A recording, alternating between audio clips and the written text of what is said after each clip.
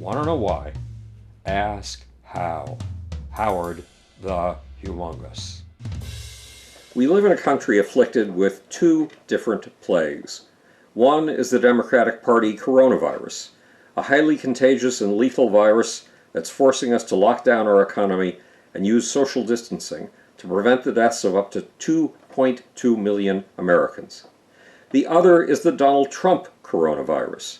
To Trump's followers, all this lockdown stuff is just a plot by Democrats to kill the economy so Joe Biden can beat Donald Trump in the upcoming November election.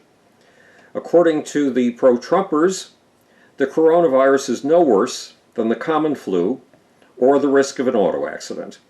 We are not suffering from the most lethal plague since the Spanish flu of 1918. We are suffering from what Republican National Committee Chairwoman Ronna McDaniel calls, quote, the Pelosi school of fear-mongering, close quote. According to the Trump loyalists, it's time to end this unnecessary lockdown, stop this dictatorial, socialist infringement on our constitutional freedoms, and get back to work, not to mention back to bars, where we can practically spit into each other's faces. But let's look at the facts. In reality, we will reach 100,000 deaths from the coronavirus by Tuesday, May 19th. That's twice as many people in 4 months as are killed by auto accidents or the flu in a year, which means that if we manage to hold deaths down to the current rate, we will have 300,000 deaths by the year's end. 1/3 deaths. 3 times as many as auto accidents and the flu combined.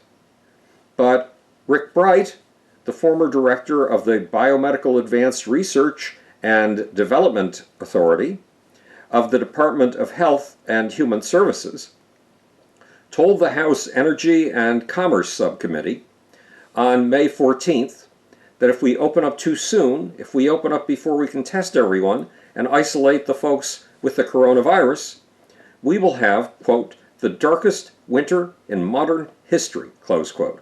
Or as the New York Daily News put it, the country is in deep shit and severely unprepared for more coronavirus fallout because top Trump administration officials ignored Bright's early warnings that we were going to run out of personal protective equipment and had to have a national plan to deal with a coming pandemic, and then retaliated against him for sounding the alarm.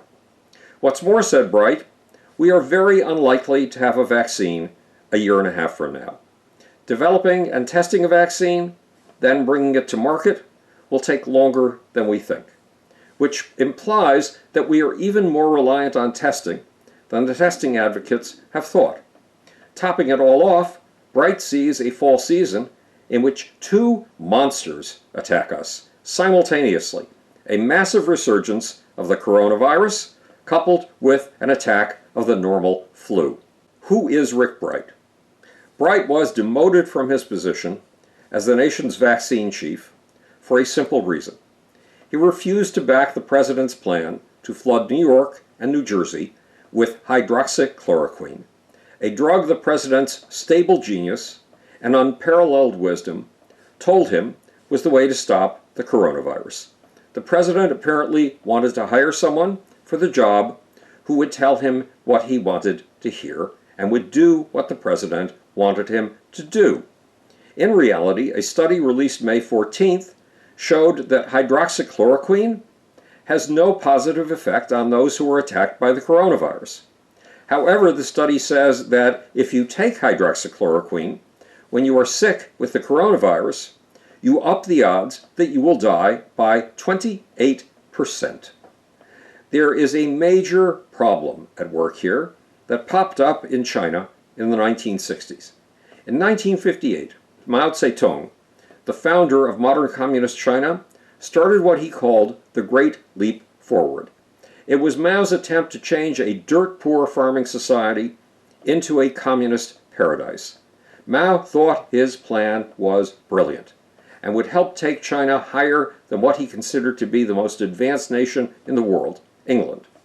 In reality, the Great Leap Forward destroyed food production and starved Chinese people to death. But Mao did not want to hear that. Instead, he surrounded himself with people who told him what he wanted to hear, that the Great Leap Forward was doing wonders, and that reports of starvation were malicious rumors circulated by Mao's enemies. The result of Mao's surrounding himself with yes-men was very simple. The Great Leap Forward starved as many as 45 million people to death and was one of the greatest catastrophes in Chinese history. With his cluster of yes-men, our president could be going down the same path. This is Howard Bloom, speaking to you from the future. It's your job and my job to make. Or, want to know why? Ask how. And now for that stupid, silly, seditious, slimy, sleazy, sneaky little off button.